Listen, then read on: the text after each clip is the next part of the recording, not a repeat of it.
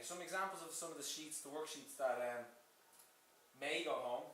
We've started these ones already, and the initial sounds in these pictures, it's quite basic. Most of the children in the class, and nearly all of them, don't even need to spend too much time on this. But what I tend to do in class is I'll get a list of the pictures, and we'll have the pictures here, and then they take one word at a time. Well, first of all, they look at the pictures: sun, tap, ink, pan, ant. So the words are fresh in their head, and then they take one at a time. Okay, this word, and they practice the blending. Tap. Next word, sun. Next word, and so on. And we've done this in class already, and they've done very, very well. We've done it in pairs, but if they do it individually at home, it will give them an extra boost, and they enjoy the game. Another game that may go home, just if you see them when they arrive home, that you know what to do. Simple matching one here. So it's the same idea. There's a pig, bus, leg, bed, and they, with a pen or pencil, match them. Egg, leg, egg, pig, and so on. Jam, it was down here, but it's not there anymore. Okay. So the sheets go home like that, and if you could cut them up into the different sections. And again, like I said, if they want to match the initial sound, they can, but it's not the most important thing. Rhyming is a great help. Children that can rhyme tend to be better at spelling. So this is words that rhyme with og, and they have the sounds here: fr, og, f, og, l, og, d, og, j, og.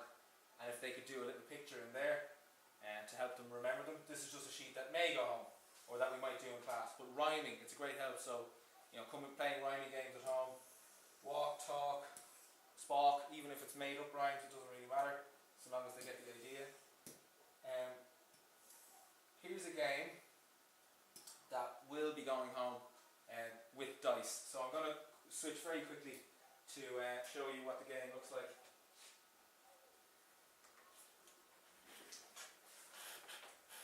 So, children will have a counter, or well, in this case, something small like this, and a dice that goes from 1 to 3, to make it easier for them. So we roll the dice. Gavin rolled a 3, 1, 2, 3, didn't land on anything, but suppose I rolled a 2 and I land on the word. I tried to code the word. It just makes blending a little bit more fun for them to play against an adult or another child at home, that they try and read the word jug. If they get it correct, they move on 1 space. If they get it incorrect, they go back 1 space. But it doesn't matter, they could get them all wrong and still get to the end. And so it's just to make it a little bit more fun. And they like playing that one. So there's different words and different types.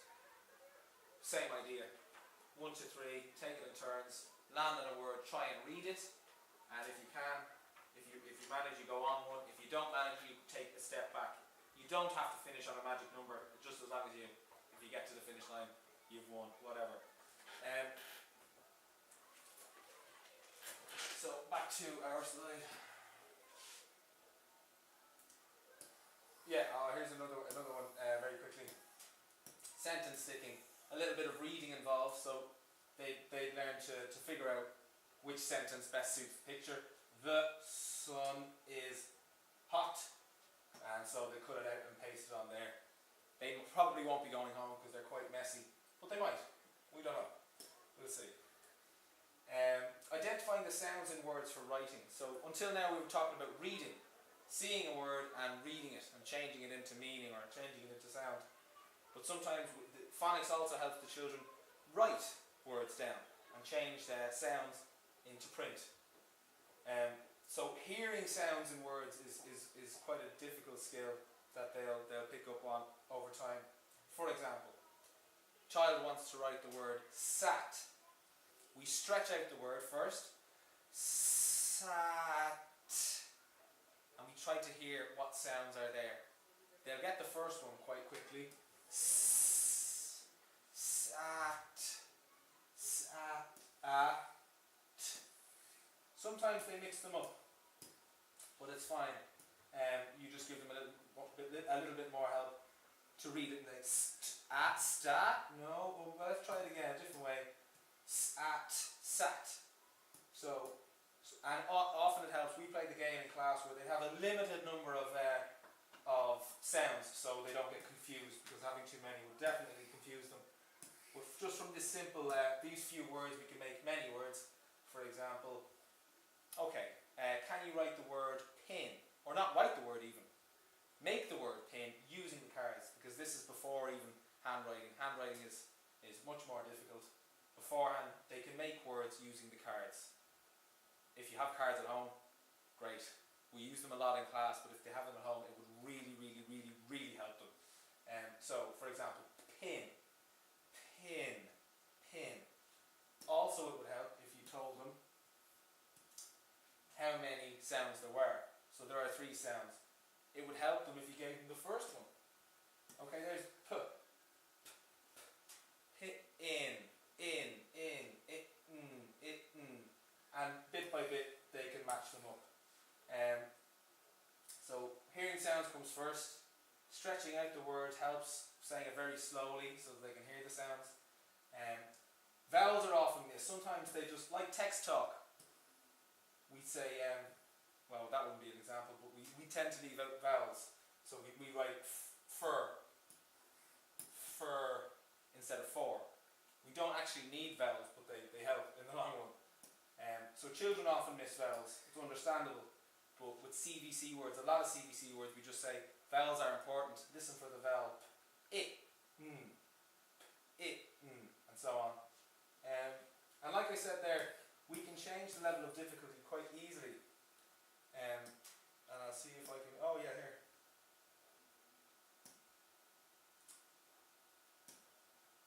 Okay, so here's an example of a sheet.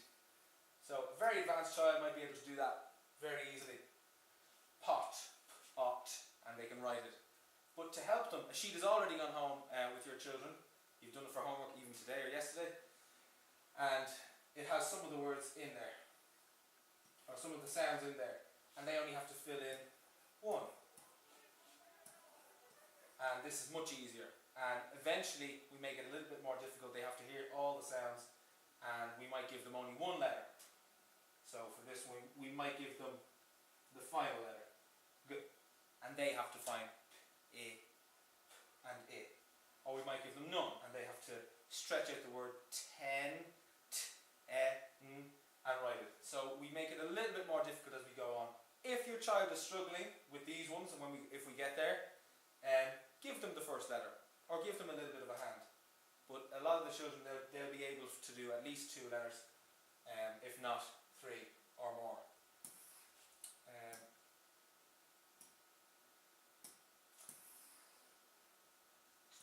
EAL, English as a second language, or if English isn't the first language at home, it will be quite difficult, because oftentimes the children won't know what the word is. If they see a picture, they won't know what a pig is, or they won't have heard the word before.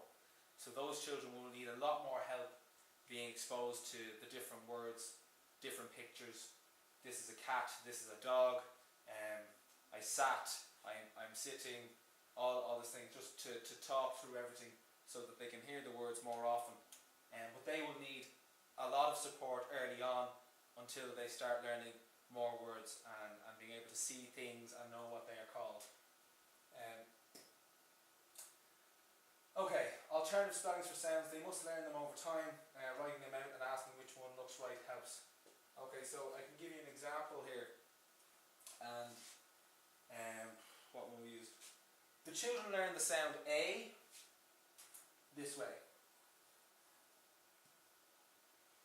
They don't learn the sound A as in the word same.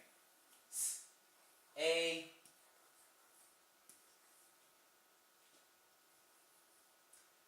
Sometimes this is written like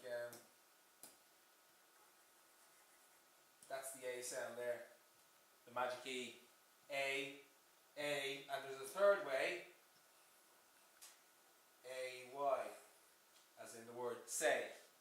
So many words have a sound, but they may not be the sound that the child knows. So a child may write the word same, S-A, same. It's correct phonetically. They will learn these different spellings. They will learn the correct spellings over time, by seeing them in books, and by a great help is to write the different ways out. They learn that we will teach them the different ways of saying A. So we'll say, you know how we say A? Well, did you know there's a different way to say A? And we'll teach them this one and AY one as well. And this means that they'll get used to using more traditional spelling. So they might write same, or same, and then they might remember, I saw this one in a book, this is how I write same, and then from then on they'll know how to write it properly. They'll know which alternative spelling is used. But until then, it's perfectly fine for the children to use the sounds that they've learned. Another one would be choke. If they write it the way they've learned, O, which is that O, choke. If they write that, it's fine. We can read it, and they're using their sounds. It's quite good. And you could, if you wanted, when they know alternative spellings, bring them on a little bit more.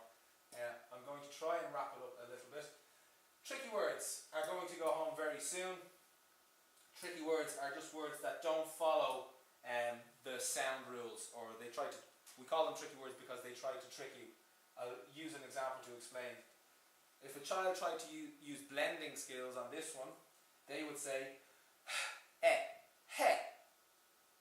But we teach them this is a tricky word, and they must learn them by sight.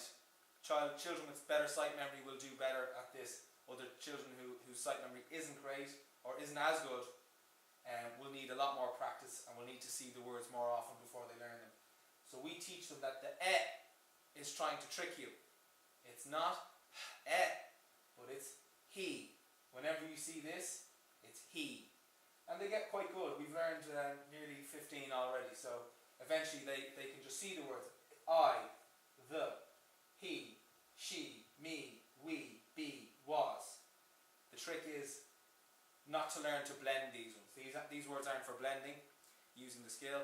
And I will be sending these words home on coloured card, so that the children know the difference. This card is slightly green or yellow, or it doesn't matter. It will be coloured card, so that they can practice their words, that they're tricky words. So that when they see a coloured card, they know, okay, this is a tricky word. It's he, or the, or she, or so on. When they have all their tricky words, or when they have a lot of the tricky words, then they'll be ready for reading. One of the big questions a lot of parents have is, how come there are no books coming home? And this is why we had the Phonics meeting this year. The reason the books aren't going home is because we want to give the children the tool of phonics, so that they can experience success and not get disheartened when they're faced with a book and they feel under pressure to read. That they have a tool to use, and that if it takes them a while, they'll still be able to read some of the words and decode it and feel like they're achieving something.